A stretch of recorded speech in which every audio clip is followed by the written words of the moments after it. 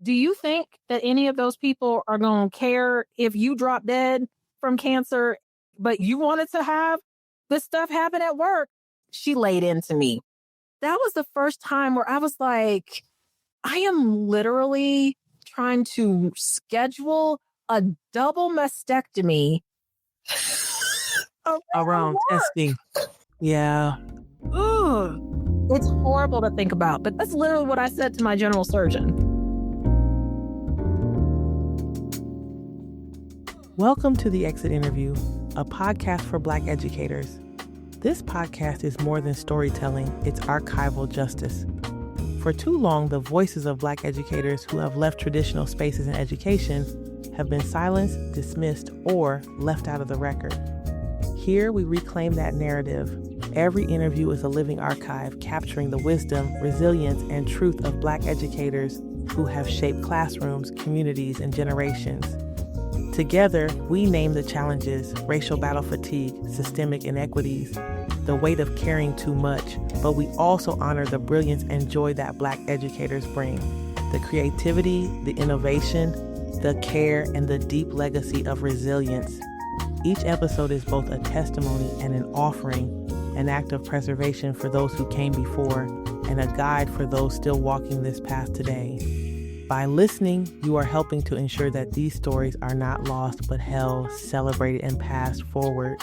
So take a breath, settle in, and join us as we honor the past, uplift the present, and reimagine the future of education together. A podcast for Black educators. It's me, your host, Dr. Asia. By now, you know who it is. I know that you all are tired of hearing me say that I have amazing guests, but I really do. I really do. And today is no different.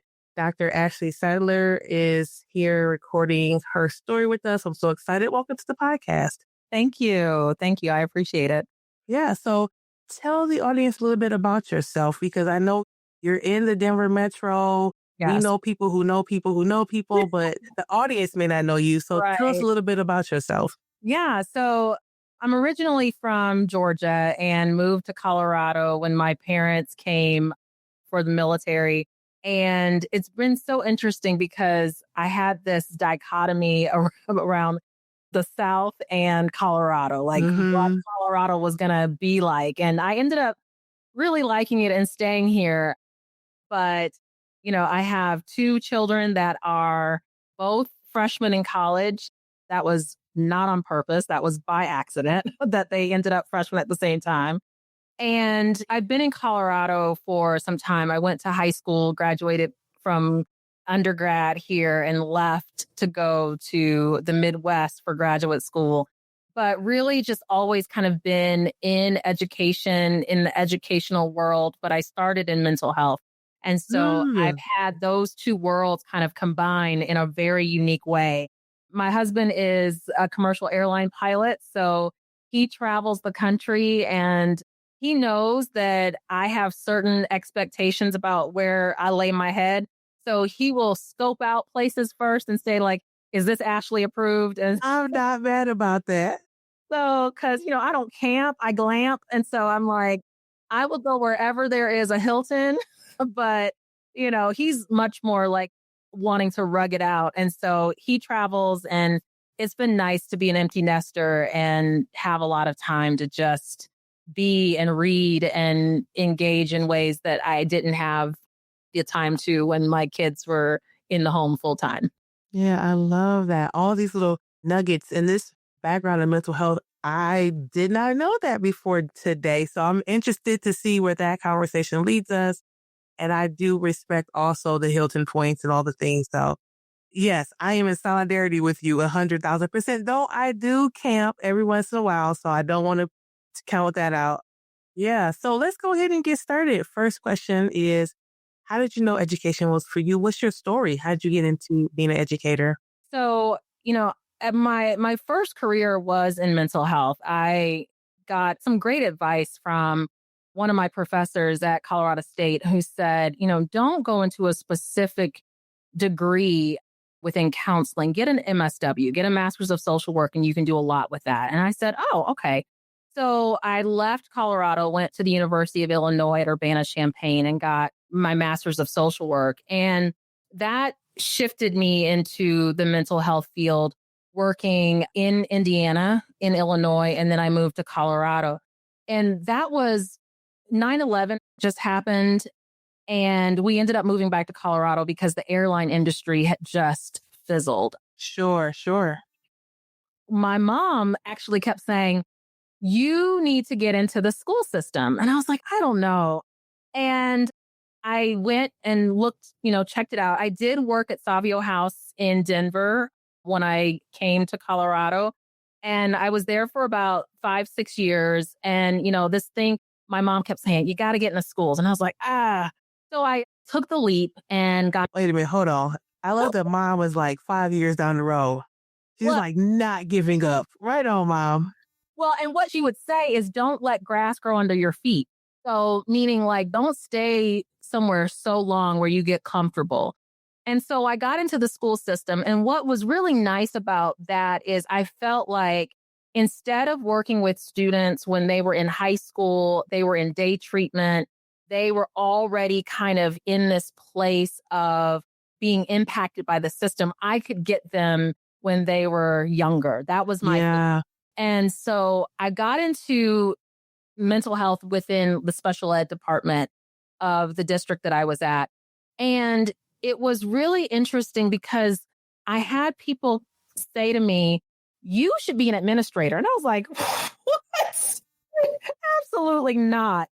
But what was so interesting is when I first got into the district, I was introduced to the principal by the special ed director who said, I have someone great for you and she's Black. That was my introduction. Okay. This right to the point. Not she has a master's degree, not she has community, support. It was, I have a great person for you and she's Black. And it was interesting because I was the only person of color on the team, the district team. And so I was placed in specific schools. And the interesting experience is when you have been in mental health in the community, things that happen in the school system, you're like, oh, this is nothing, right? So people are like, aren't you just shocked and tired? I'm like, oh, no. You don't understand what happens out in the world, Yeah. right? The school is like a microcosm. And so there was nothing that shocked me. There was nothing that put me off kilter. I'm like, this is a Tuesday. Yeah. And so I'm very grateful that I had the experience in Illinois, in Indiana, and off of Federal Boulevard in Colorado before I went to the school system, because it kind of built up some scar tissue for me. Like, you can say whatever you want. It's going to roll off my back because I've been through some stuff in Illinois. Yeah. This is really interesting, especially the Midwest. I'm from Detroit. Folks know that already. Okay. Yeah. This is interesting. You are one of a few folks, a shout out to Shatera Porte, who was also on the podcast, who also started out in mental health in the broader community and then came into schools and said something very similar and talked about this ability to impact youth kind of before we get to a place where it's really hard to like back people out of a lot of challenges they're experiencing. So on her podcast, we talked about this idea of supporting community ahead of time, right? And trying to get to students so that we're not experiencing triage, that we're trying to support. I've had several folks on who worked in mental health. I do find a couple of things interesting. One, that it's so unfortunate that if you experienced and saw so much trauma, obviously in your mental health, right? You feel before you even got to schools, but then also to come in and like, there's something to be said about, oh, I'm not shocked by the things that I see within youth and within schools because I saw it out in community. And that really lets us know that, like you said, schools are a microcosm of this broader community. And what can we do as education system, as educators about that? So I think that's really, really interesting. And I'm sure that it also provided you a lot of experience that people who just came straight into schools did not have, problems that you could, or solutions that you could bring to the space that they didn't think about. And also because you had been up different states, other connections and community that they would have not considered. It's really awesome. And it's something to be said about a second career. Yeah, absolutely. And I will say too, it helped to build relationships with families because I wasn't like in shock and awe about what they were going through, right? We're not like, oh my God, we're all acting brand new. Like these are not things that families experience. And I also find that in the school system, especially in elementary school or in the primary spaces, there is a separation between theory and practice. When teachers are learning how to become teachers, it's very theoretical. And then they're trying to apply what they learned in this sterile classroom or sterile environment into a classroom, and it's not working. And it's not an indictment on anyone particularly. It just says, like, yes, we have these things that we learn in a textbook, and then now we're in the real world. And what does that mean? And what does that look like? Because I don't believe that teachers are meant to be in this educational space in a vacuum. They need the social worker, the nurse, the psychologist. They need everyone to support because our students are coming as complex beings. And teachers are not, I don't believe that they're built to be all things to all kids all the time. Mm-hmm. Oh, definitely. Yeah. You can't even expect that. Like our spouses can't be all things to us all the time. That's why we have friends, right? Yeah, exactly. Yeah. And so to think that we are going to make or create or reinforce that teachers are going to be these superhuman beings, it's a lot of pressure. And so that was a kind of stance that I took is you are here to teach and I will support you in any way that I can. I'm going to help you to understand why a student is behaving the way that they're behaving. I'm going to help you understand what your own triggers are and what you're dealing with so that you can recognize that something happened where you can't come back from it because a student pushes your buttons. There are a lot of things. I remember a student that I had, I was at a preschool through 8th grade. I was an assistant principal, and there was a student from Somalia in the class, and the teacher was from New York, and he was a white male, and the student is from Somalia, and there's a cultural difference, right? He's trying on English language, like he's trying to fit in, and the student said something. The teacher brought his wife and his baby in, and the student said something about the teacher's wife, like some slang term that said that she was beautiful, like that she was pretty. He took it as a threat, though, and he squared up on that kid. What did you say about my wife? What did you say? And I was in the room and I said, whoa, whoa, whoa. That's not what he intended. Like, let's bring this down several notches. But he was just ready to just. And so I'm like, what's happening with you, teacher, that was your response? Well, can we pause for a second? The first thing I think about is if he was willing to jump through the roof with you in the room, then how was he when no other adults were in the space? Yes. Yes. Is a very valid. And, he went back to New York in a different career, but Godspeed, sir. And I helped him get there. And thank you for your service. Yes. But thinking about, to me, this wasn't a student issue. This was an adult issue. Yeah. And what is it about you that was your visceral and initial response to this student who is a multilingual learner, who's trying on English, who's trying to fit into a school and a country and a place that he's so new to? Like, he's trying on American slang, right? Yeah. So that, I think, when we have mental health backgrounds, behavioral backgrounds, we look at challenges and obstacles and situations through a different lens, right? Let's dissect this. Now, not everything is meant to be dissected. Not everything is meant, like when you bring a weapon to school, I don't have the ability to, right? But they're definitely, with human behavior, having that behavioral background, it does allow me to be able to support and pause in a situation to really get to the crux of the issue. Yeah.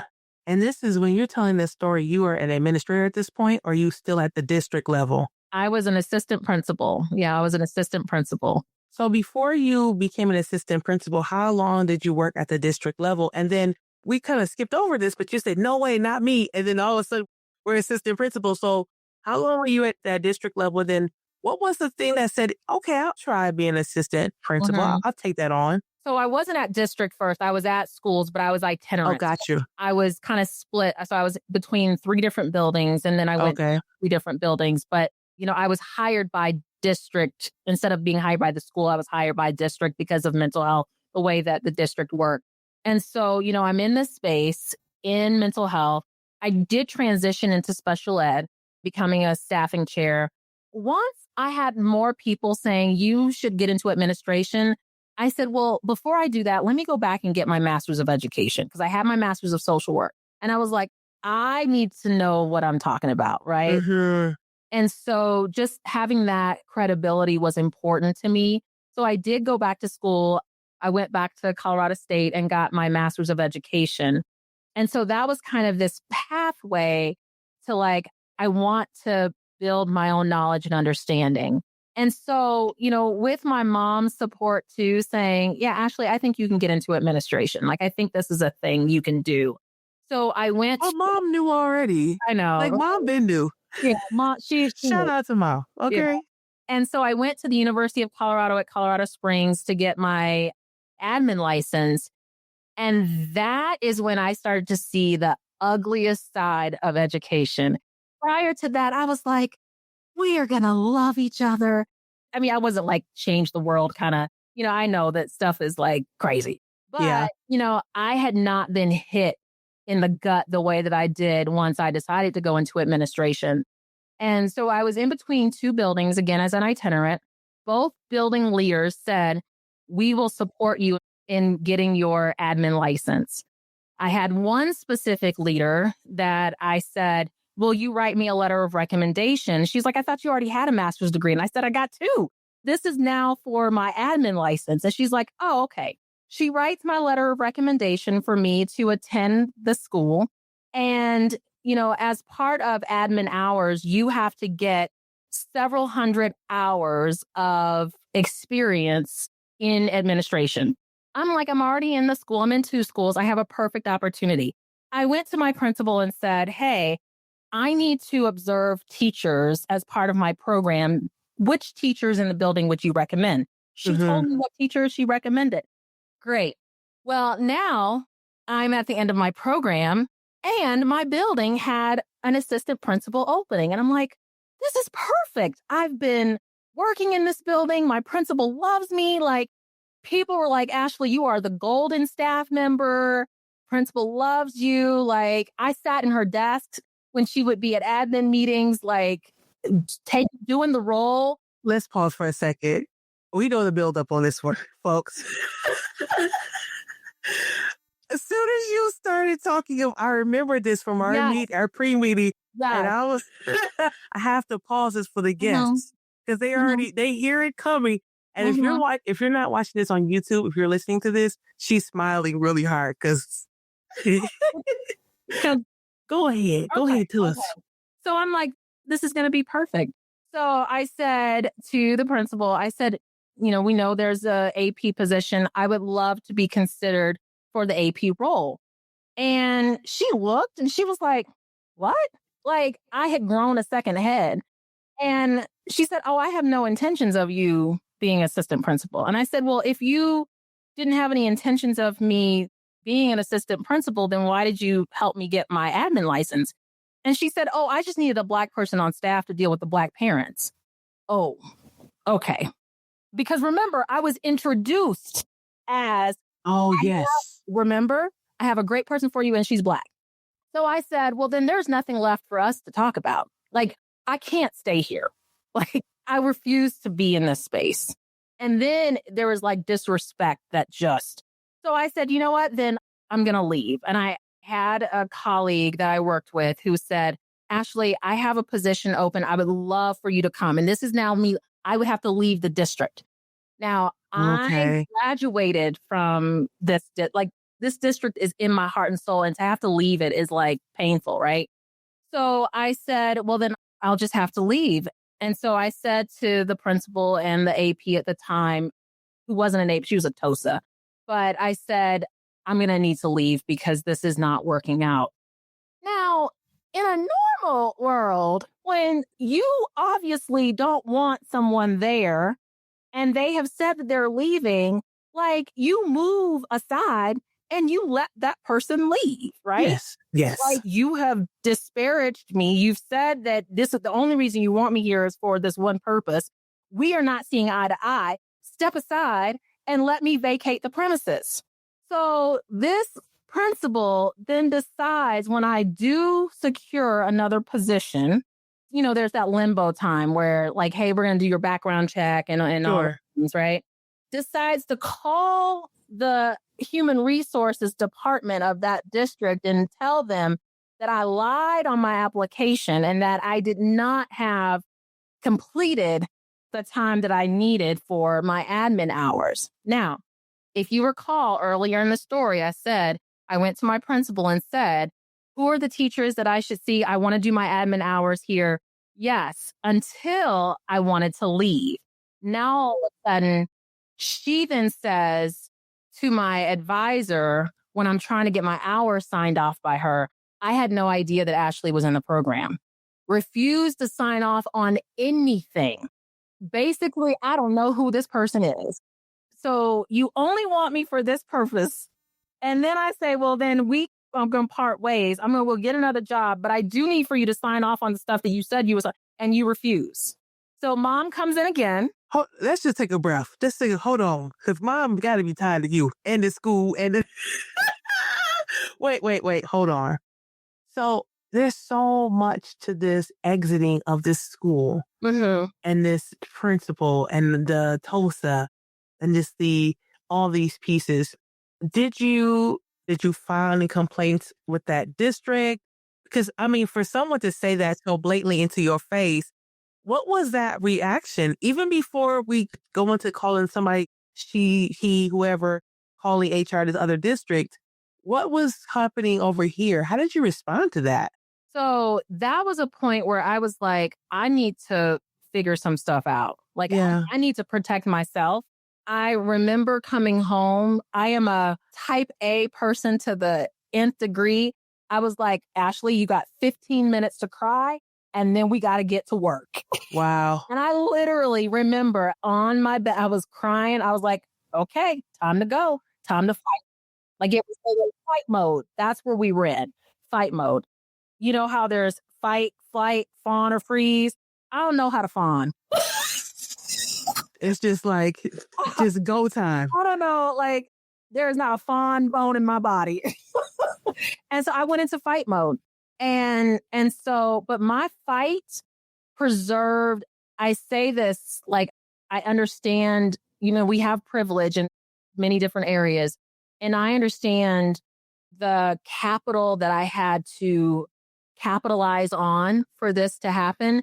I did not elevate it to HR. And not doing that was actually, I believe, a benefit. But it gets so good. The just desserts. But Please, I'm sorry, I didn't mean to hold us up. No. So we're going to bring mom back in. She was working in a separate district and said, I will put you in touch with someone at my building. So the thing is, I still got to get my hours signed off, right? Like I'm still like, I have done my program. Literally, it is a signature that I need. I have documentation of all my hours. I have all of my artifacts. I have all of that. And so actually, I did some additional hours. I went above and beyond what I needed. I did additional hours at my mom's school. I went to a neighboring school and did some additional hours there.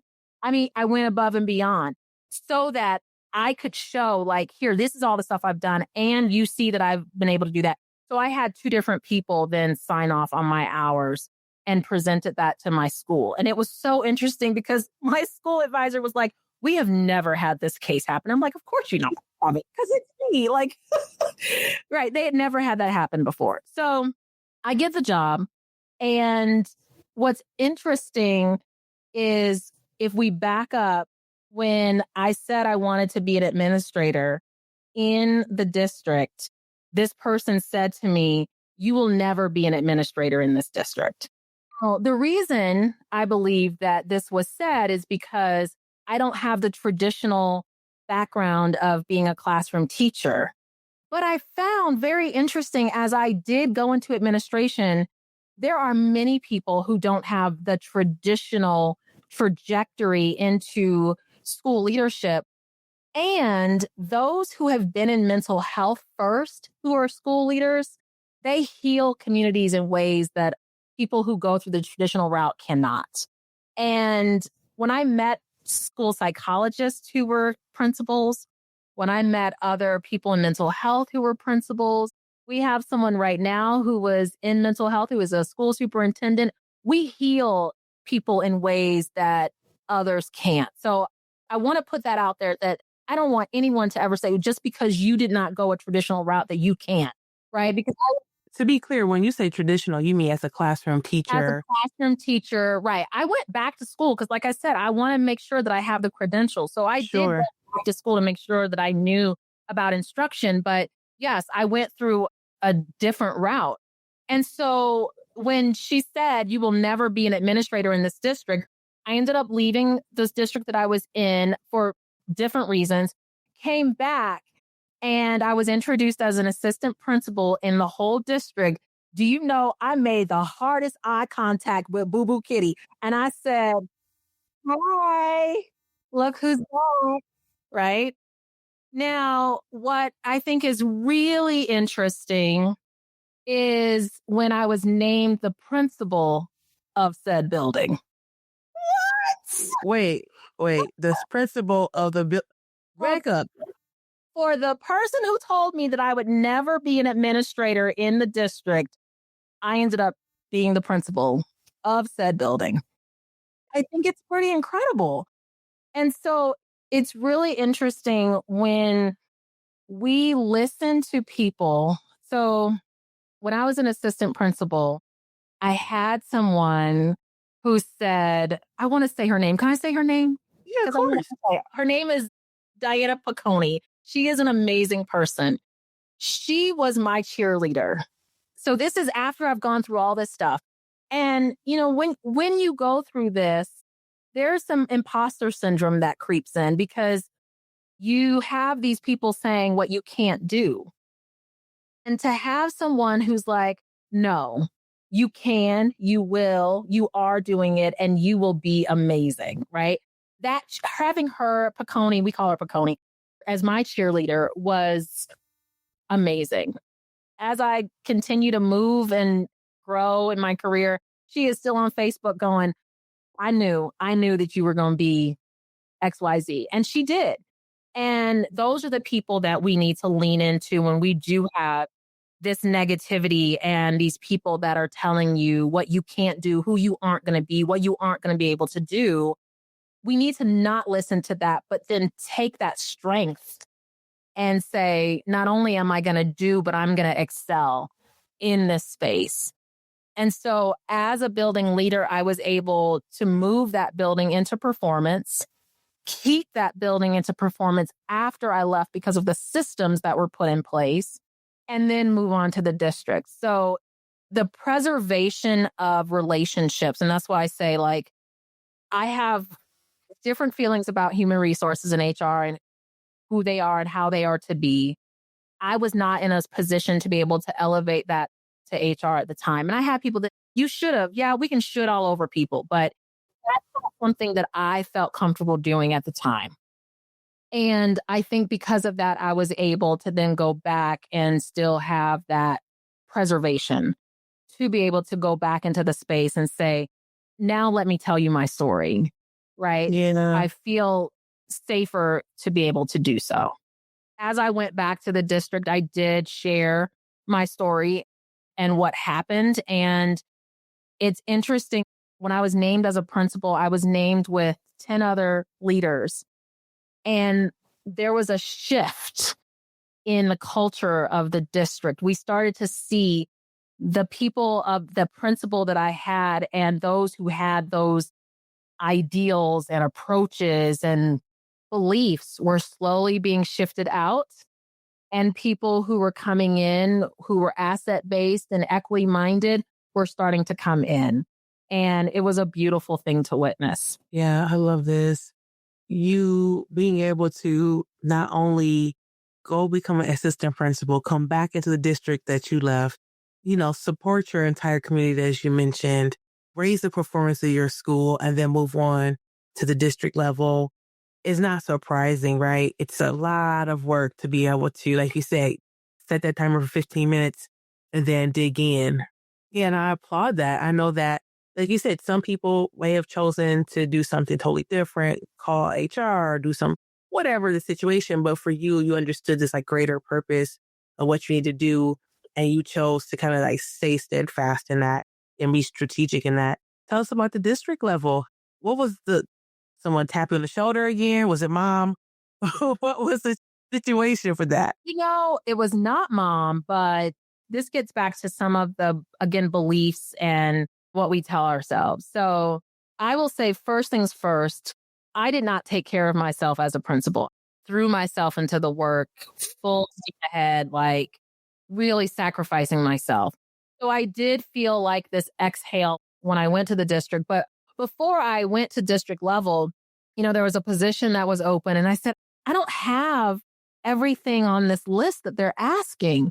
And my teacher leader said, men never anticipate having everything on the list, but they still apply.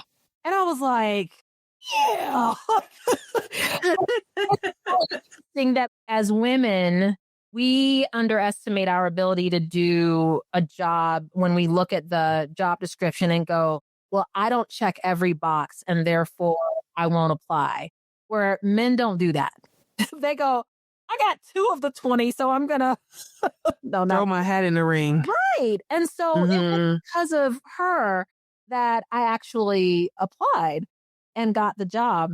And shortly after that, I was diagnosed with breast cancer.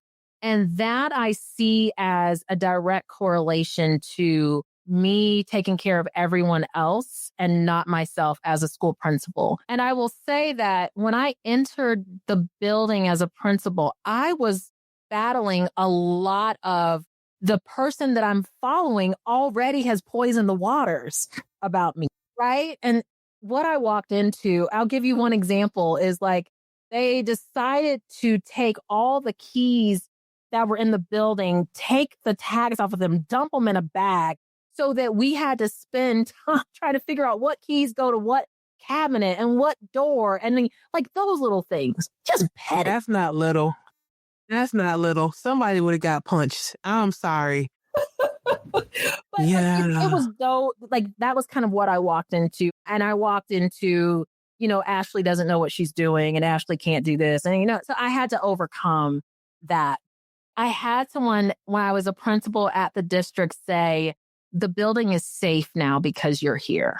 And that is what I attribute to my mental health background, where I had teachers come to me and say, I am no longer on antidepressants now that you're the principal.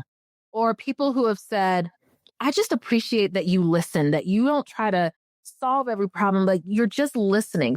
That's all a mental health background. Being able to actively listen, being able to help people problem solve, being able to give people their dignity back, right? And it shouldn't just be mental health. We should all have those skills, but I know that that's something that is of value, especially as MSW. And so I poured into people, and I did not do the same for myself. And so the moment, I can pinpoint the exact moment when I feel like I got breast cancer. And that was when I was dealing with a 6th grade teacher who was having a sexual relationship with a 7th grade student.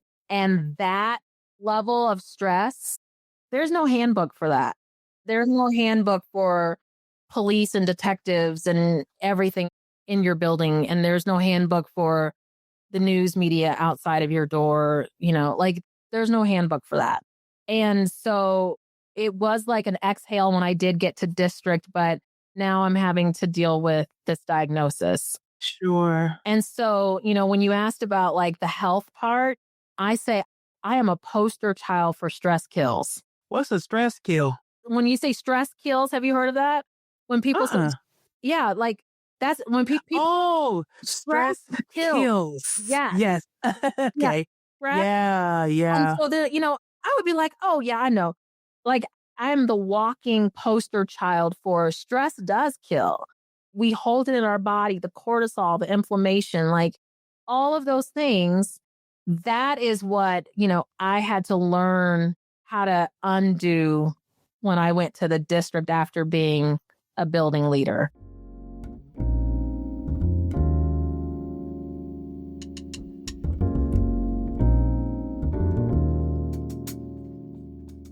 Every voice on the exit interview carries wisdom, resilience, and the reminder that Black educators deserve more than survival. They deserve to thrive. At Lions Educational Consulting, we create the spaces where that wisdom lives on in practice. For individual Black educators, our workshops offer room to breathe, to pause, and to rediscover purpose. For schools and districts, our consulting opens pathways to build equity-centered environments that honor Black educators and ensure they are seen, valued, and supported. These conversations don't stop at the end of the podcast episode. They ripple outward into classrooms, into leadership decisions, and into communities that benefit when Black educators are well. You're already a part of this story just by listening. If you're ready to take the next step, whether as a Black educator seeking wellness or as a leader reimagining your school's future, we'd love to walk with you.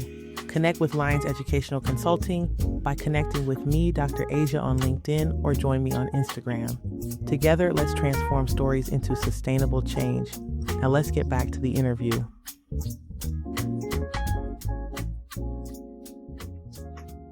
It's interesting that you said before, that your school went to, I'm repeating now, like performance increased, all these things happened, the teachers felt good, and you said all the work you poured in and you didn't pour into yourself. And that is a repeat over and over again on this podcast.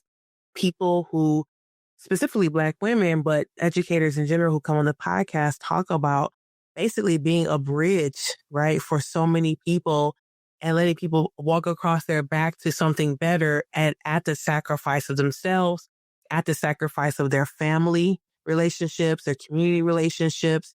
And I think you're the first person who talks about a cancer diagnosis, but there's all types of symptoms that people talk about when they talk about their experiences working to make their communities better. Yeah. And to show up and to prove and to support. And I'm glad that you talked about that. I'm glad we're having this conversation because I think that so many people push off, and they don't have to be administrators, right? This can be educators, any capacity, the janitor, the lunch person, push off dentist visits, push off that little tinkling in the back of the mind that says, what is that? Well, you need to think about, why are you thinking that? Like all these little hints and clues and intuition that we're received from God or ancestors, whomever, we just push that off and it does not go away. Yeah. So it's so interesting because once I got the diagnosis, and it was in November of 2018, I got several biopsies. I had a ton of mammograms. It never showed up. And there's a whole thing about that, like Black women having denser breast tissue. But for me, it never showed up. Like I had 10 mammograms and it never showed up. And I was under the age of 40. So the first mammogram I had to pay out of pocket. I was so upset. But to your point, once I left the principalship, I said, I don't know that I would have even had time to go get a mammogram. But even still, so I get the diagnosis. I had additional biopsies because they wanted to see like what the margins were. And I had a lumpectomy in December. And that lumpectomy was like the litmus test, if you will, for what is the next phase of treatment going to be. There were no clean margins. My doctor explained that like it looked like someone had taken a salt and pepper shaker and just peppered cancer all on my left side. It was everywhere. So I had symptoms for 2 years that I wish, if I known what I know now, I would have pushed the doctors more. But by the grace of God, it did not spread beyond the stage that it was already at. But when my doctor and I in December are talking about treatment options, I tell this story very freely now, especially when I'm emceeing for breast cancer events. I'm so embarrassed to share it, but I share it because it's important. I literally formed my lips to say to my surgeon, can we do this in March? Because that is when I have spring break. I remember you told me this. She said, wait, and this is for a double mastectomy, okay? I said, we have access testing coming up in January. That is a really bad time because I am over all access testing for the district. Can we do this over spring break? This cancer's crap in my style. Could you figure out how to... He said, Ashlee, you have cancer. And I was like, yes, I know. It still didn't click. I said, yes, I know. But you have to understand, like, as a district leader, I have a huge responsibility. Girl.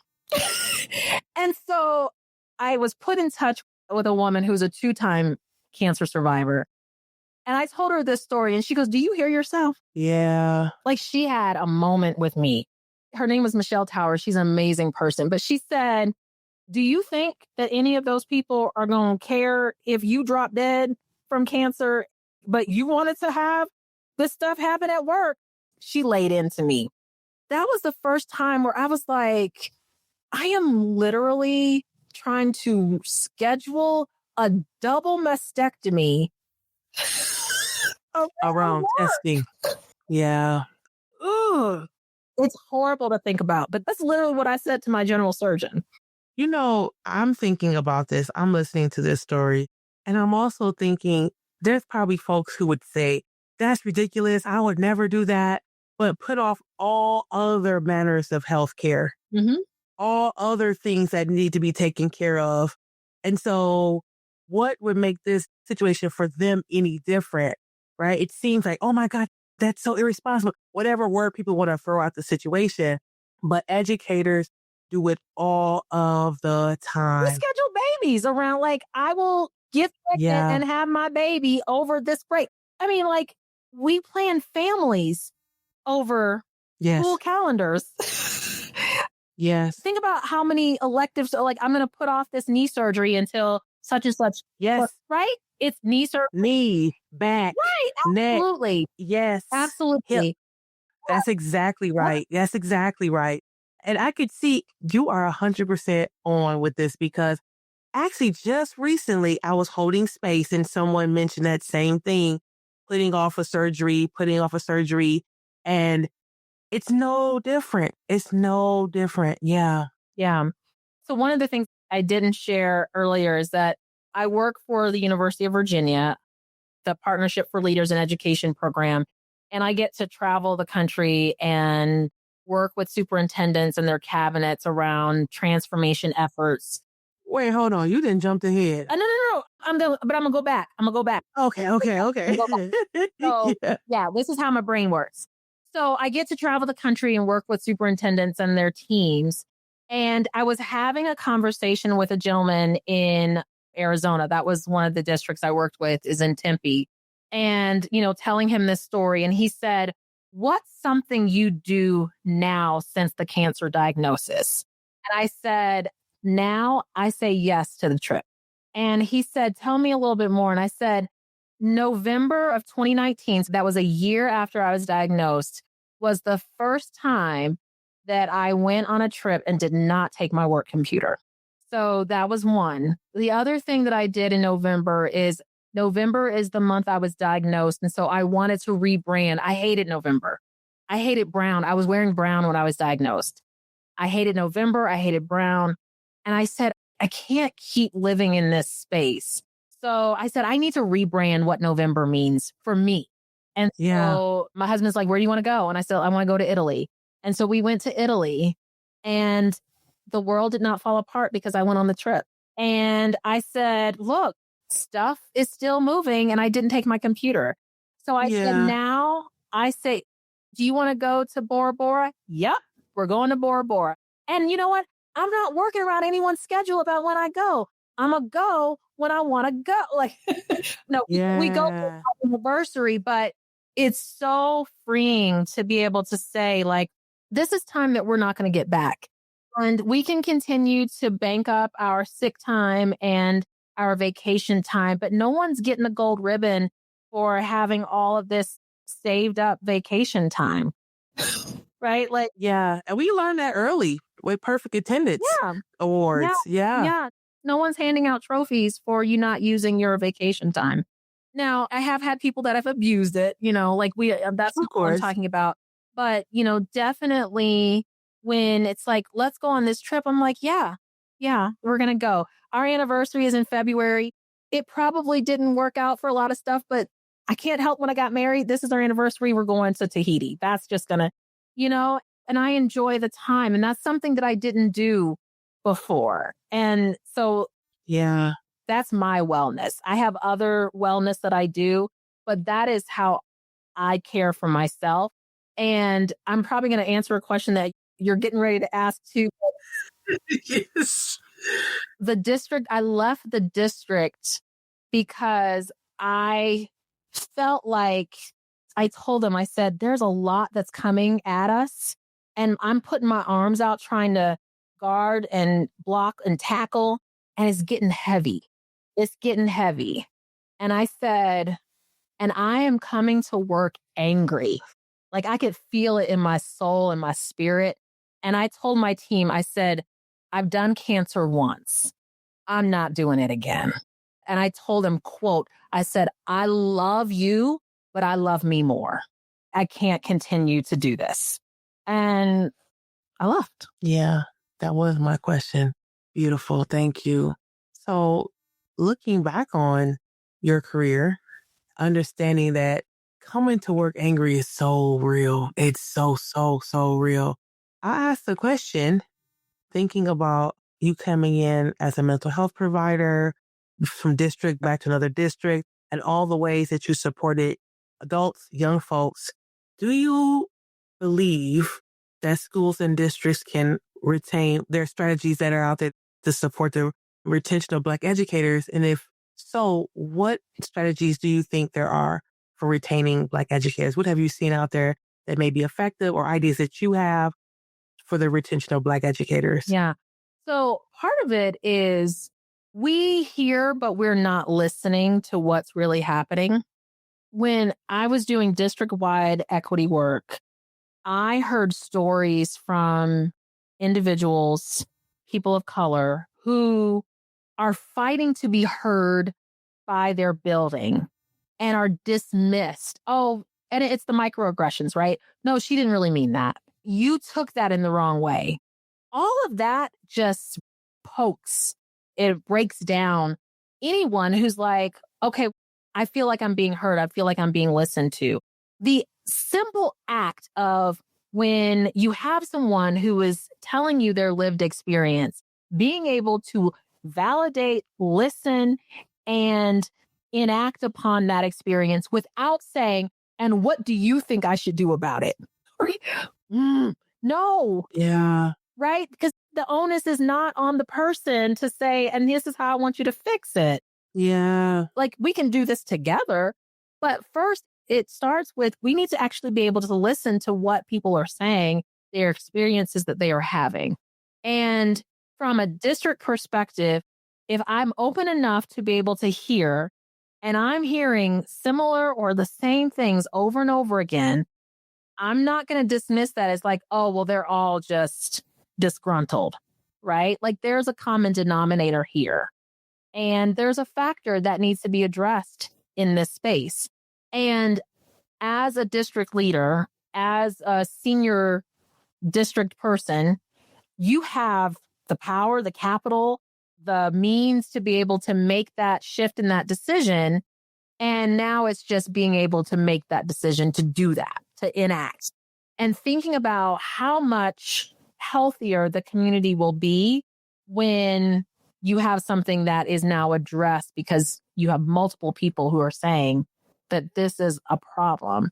I would like to say that let's provide some training and some professional learning.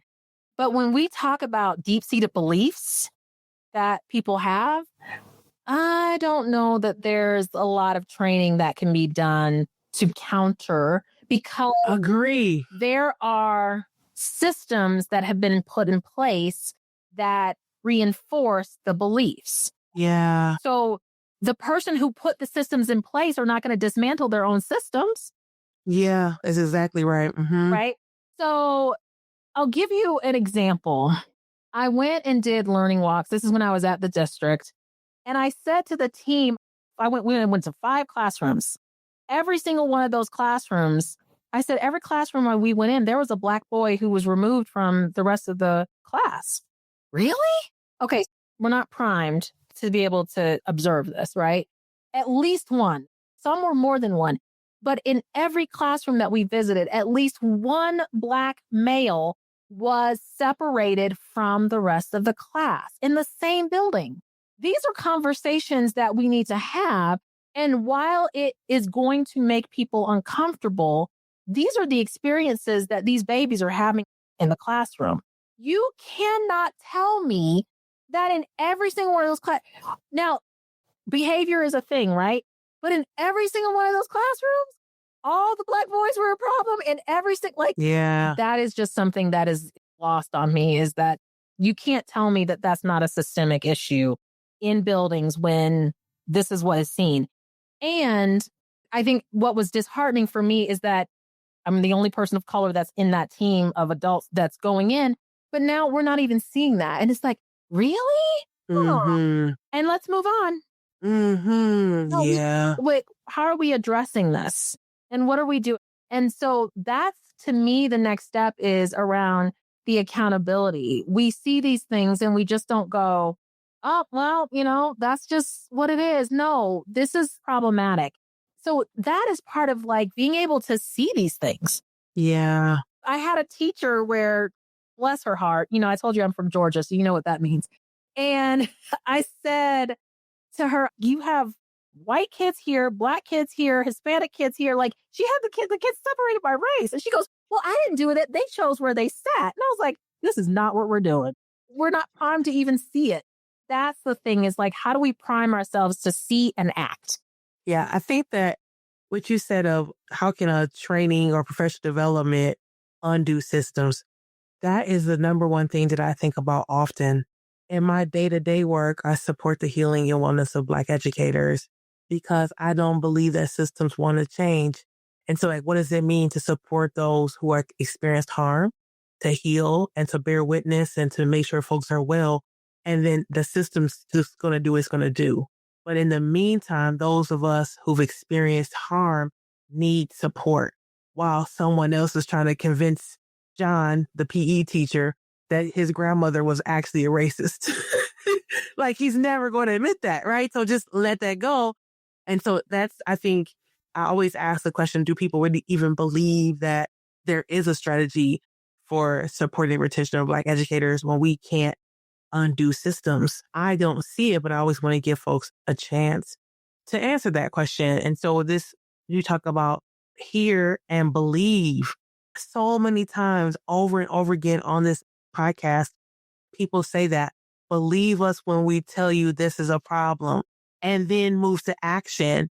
And I don't know if that believe and move to action is in alignment with the niceness that comes into education spaces, right? It's not nice to call people out. It's not nice to, just point out the things that need to be changed. That's not being nice. And school systems are all about kind niceness. And I'm quoting here because there's nothing nice about systemic racism, but that's the thing that we are fighting up against. Nice, nice, nice. Yeah. So you already started talking about it. You left the district. What are you doing now? So I am super excited to be at the University of Virginia. It's such a life-giving, bucket-filling amount of the work that I do across the country. And I think what's great is I get to take my experiences and extend them across the country, but I also get to learn from other people in other spaces. Yeah. And know what's happening. I have a background in multilingualism. That was the work that I did at the district level. And so we're also seeing a lot of states, such as Tennessee, who typically have not had a lot of newcomers or multilinguals that are like, we need help. What do we do? So that's kind of a niche that I'm in, also within the work, but really it's around developing systems.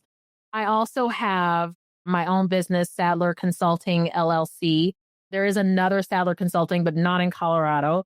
I think it's like Saddler Consulting Group, but mine is Saddler Consulting LLC, Okay. where I provide professional learning to corporate and education spaces. I provide keynotes and provide executive coaching. And that my doctorate is really based in research around executive coaching and building the efficacy of leaders. And then I also work part-time at PEBC. So I get to coach Public Education and Business Coalition. I provide leadership coaching. And so there will be times where I'm presenting at CASE that you might see, or we have the evening to elevate educators. We're at the museum, the Denver Museum of Nature and Science. And usually I'm on stage doing something there. So I just love anytime I get to have a microphone in my hand, but it's all about building and developing others. That's what I see the overall work of how do I pour in to others and help them find purpose and help them live in their values and build the capacity of not only that person, but to have that cascade out so that we're building the capacity of others as well. Yeah, I love that you're still in education. And so many people we interview are still in education in some capacity, which lets us know it's hard work, right? It was what they're meant to do, but doesn't have to be in a district or a classroom or anything like that. It looks so different for so many people. Yeah. We already started talking, shouting people out. Mom was number one. Shout out to mom. Yes. But are there other Black educators, either in your community now, who've taught you, who you've taught with, that you would love to shout out? Yeah. Well, you know what? It's really interesting because there are people who are like your community. And I forgot what she would call it, but it was like meeting of the minds or something like that. So I have a really good friend. They all live in this area too. So Yolanda Greer and Baez Houston, like they are like the community. So it's like, girl, we need to go to brunch and figure the world out.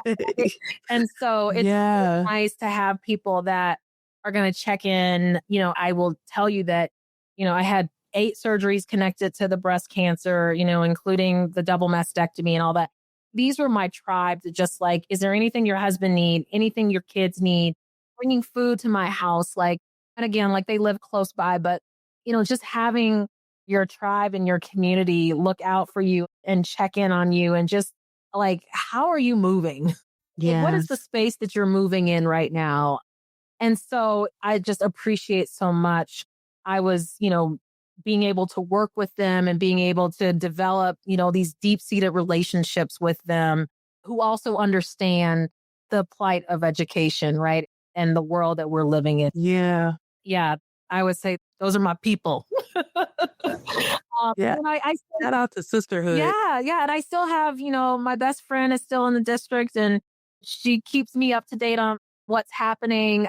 But it's something where I appreciate what is being done and the movements that I see in K-12 education.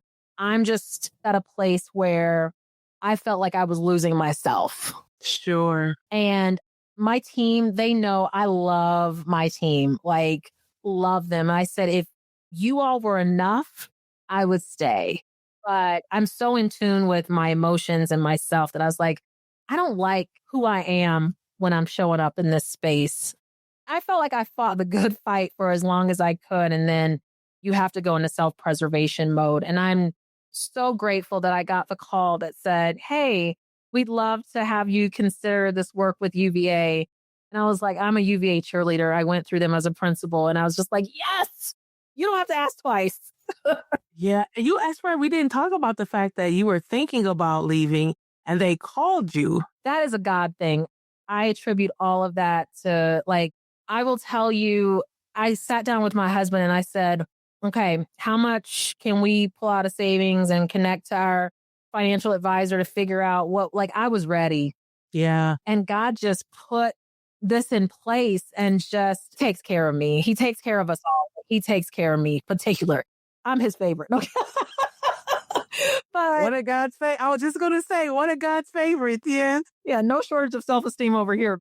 But I really do like the timing was just impeccable. And I thank God for the ability to be able to seamlessly make that transition and still be able to say to the superintendent, like, understanding that I can't stay, but I wish the district all the best. And I will not ever say no, like, I'm not going back, but this is just not the place for me right now. Maintaining and sustaining relationships is a value of mine. I never want to burn bridges unless someone else burns them. I'm like, well, light it up. Like, sometimes but I try to maintain those relationships as a value of mine. So I feel like I've been able to leave and still do that in all the spaces. Yeah. Thank you. We've already dropped Bora Bora. We've talked about the husband being a pilot and we taking flight. So tell us more about, for you, what does it mean to be well? What does that look like for you? Ooh, okay. So here's the thing. We gave our son the option of a graduation party or a trip anywhere in the world. And he chose the trip. So we went to Madrid, Spain, to Lisbon, Portugal, and Marrakesh, Morocco. And I will tell you that, like, it's the experience. There's the 5 love languages, and, I'm a gifts person. I'm like, give me stuff. But, some people are quality time. My husband's a quality time person. And for me to be able to just go and travel and see how other people live and see what is and is not important to them, to me, the wellness is about being able to get outside of Colorado, get outside of the United States. When I was in Morocco walking down the street, I saw someone coming at me that looked just like me. Like she was 5 feet like me, my complexion. And I was like, I'm like, wow. And I was like, oh, you're beautiful. No, I'm kidding. No shortage of self-esteem. No shortage. It was like, this is amazing. I will tell you, Italy, they love Black women in Italy. I told my husband, I said, act up. You know where I'm going to be. I'm going to be on a flight. That's right. You'll find me in Milan. But just how beautiful the people are and how just kind and gracious they are, that is like bucket filling for me. I think wellness comes in being able to shut off here and fully be there, wherever there is. Yeah. Like fully be present in that space. That to me is being able to embrace all of that and enjoying the food and enjoying the people and enjoying the culture. Like you can't do that all the time because nobody has enough money to do that. At least I don't. But just to be able to be outside of yourself and be part of something bigger, that's what I see as wellness. Yeah. Well, folks, another amazing episode, another amazing interview, another amazing life journey. Dr. Saddler, thank you so much for coming on the show. Thank you. I appreciate it. I saw that you got an award or you're like considered for award, like one of the best podcasts out there. The Black Podcasting Awards nominated me for Best Education Podcast. Yes. Oh, yeah. I love it. Congratulations on and you are a winner in your own right. Like that is incredible to be able to even be identified on such a global stage like that. Thank you. The work is important. Archiving our stories is important to me. It's the blessing to be out here with the microphone and say, like, what's your story? Yeah, this is why it matters. Keep showing up, Oh, absolutely. And creating the platform. That's it. Love it. Well, folks, that's the end of our show. Dr. Saddler has already put her information out there. So if you're looking for some consulting support, please check the show notes. Her information will be there. Our keynote speaker, she got all the vibe, folks. She's one of God's favorites now. You already heard. She gonna bring the fire because she one of God's favorites. Okay. So if you need that energy, if you need that light, if you need some humor and some depth, reach out, talk to her, tell her that you heard her story on the exit interview. And until then, we'll see you next time. All right. Peace.